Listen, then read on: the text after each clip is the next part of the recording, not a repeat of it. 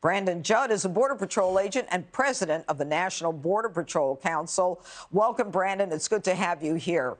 Now, Brandon, I understand that we are seeing in some areas 15 to 18,000 people a day.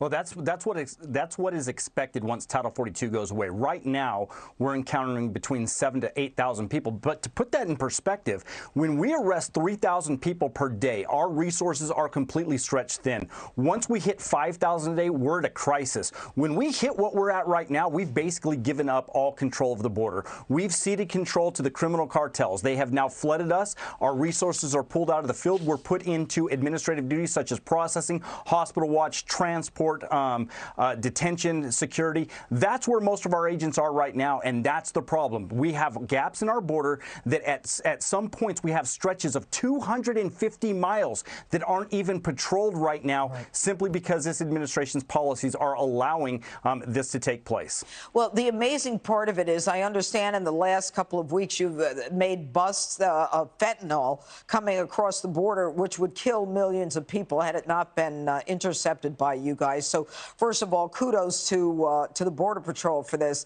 But the sad part about this is, you know, that you're called upon to do things that you shouldn't be doing. Instead of protecting the border, you're called upon to do social service jobs.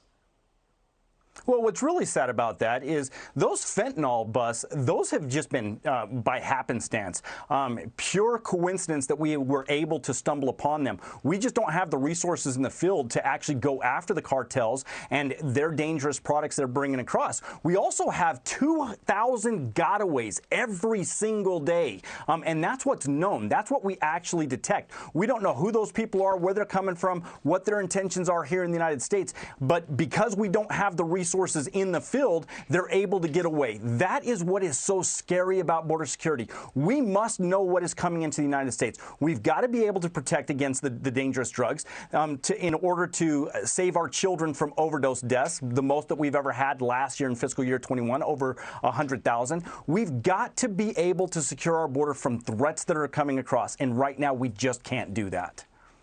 Well, you know, I must tell you that I have received some letters from the Western Sheriff's Association, along with the Southern Sheriff's Association, the Western States Sheriff's Association. I have several letters. I don't know if we have the full screen of those letters. Okay, I'm being told that we don't, where the sheriffs have basically no confidence from the whole southern and most of the western border, no confidence in Mayorkas. And they're desperate to get some help on this, especially when 42 is eliminated.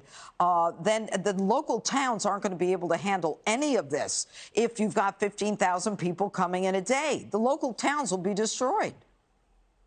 Yeah, I work with multiple. I work very closely with multiple sheriffs, and they're extremely scared about what's going to happen.